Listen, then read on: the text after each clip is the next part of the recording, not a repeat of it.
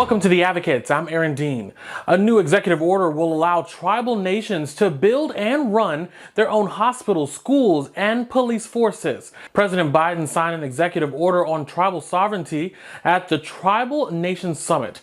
The order also establishes a one-stop shop for tribes and native businesses to seek federal funding.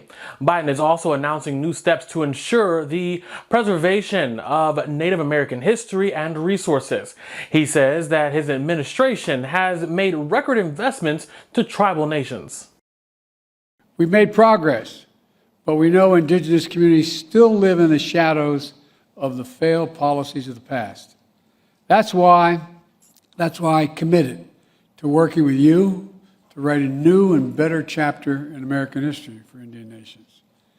To honor the solemn promise the United States made to tribal nations to fulfill our federal trust and treaty obligations, and to work together to rebuild tribal economies and institutions.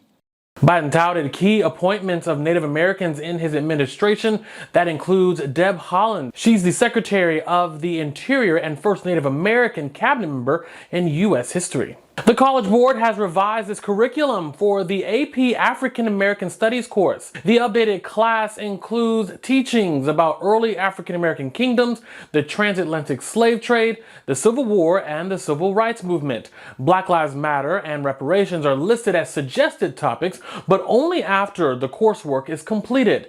Black queer studies were also included in an early draft of the course, but were rejected by Florida officials. Students will begin taking the class in schools in 2024. No word from Florida officials on the revised coursework. Well, it's Beyonce's world right now. She hit the road in 2023 for the Renaissance World Tour. It was one of the highest grossing tours ever, and her concert film premiered at #1 at the box office. Alongside the Queen during the tour were the Dolls, which included the talented Carlos Basquiat. Now, he brought his depth of experience and passion for ballroom culture to the tour. Before joining Beyonce's team, Basquiat overcame many challenges growing up in New York City. Now, he's using his platform to showcase self-expression and queer joy. Basquiat and I clearly are both huge Beyonce fans, and his reaction to finding out that he was selected to join the tour is just as heartwarming as his message to fans. Carlos, welcome to the show. How are you? I am doing great. I'm doing very well. Yes, I'm sure you're exhausted. You've had a very exciting year. I have. You know what? Exhausted, yes, but I'm ready to get back at it again. That's great. Well, you know what? Honestly. You are an accomplished model, dancer, choreographer. I mean, you've done it all. What made you want to get into all of this? Well, growing up as a child, my mom would tell me all these stories about how we would go to all these like weddings and sweet 16s and parties, and I was always the first one on the dance floor, always dancing, not really caring about the environment, and she just saw the joy that it brought me. Um, and then I had my father's niece was the first person that introduced me to pop culture ever, and in her home she had Madonna posters and Michael Jackson posters and Janet Jackson. She was a huge Madonna fan, and still is. And we would watch her Blonde Ambition tours, the Velvet Rope tours, and I would just be in front of her television, just like dancing. Um, Also in the fifth grade, the elementary school that I was a part of had a program with Dance Theater of Harlem. And so we had a choice to, be in the library or take this course that we had in partnership with Dance Theater of Harlem at the time. And I chose Dance Theater of Harlem. So I feel like dancing has always been in my blood.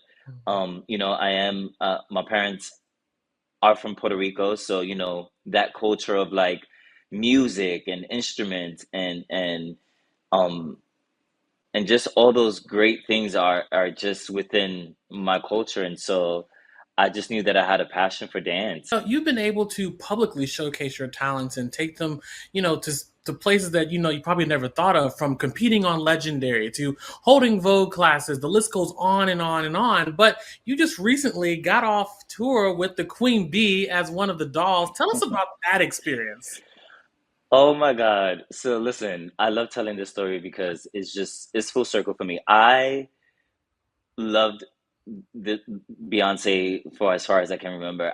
She's gotten me through so many moments in my life, and I've always I'm huge on manifestation and affirmations, and so I've always said I'm going to work with her one day. I'm going to work with her one day. I didn't know when, but I knew that I would work with her one day. So back about like 10 years ago, I Danielle Polanco, I don't know if anybody knows who Danielle Polanco is, but she is an accomplished choreographer, dancer.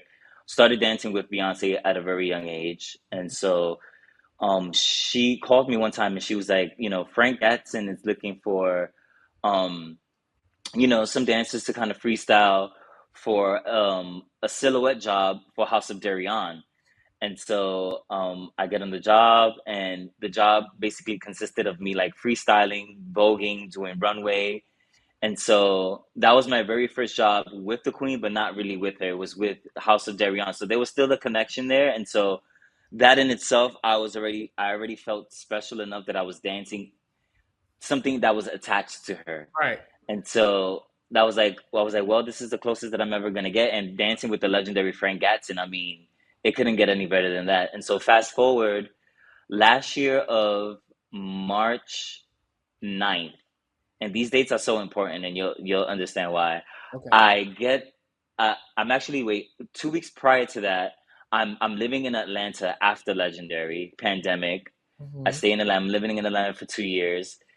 I'm kind of in this state of like depression because in Atlanta I'm not really dancing. I'm only 2 years in. I'm not there's not really there's entertainment, but it's not like LA. And so I sit and watch her Coachella performance, and I'm sitting there and I'm manifesting. I was like, oh my God, this woman is just impeccable. I cannot wait to like I get to perform with her and dance with her.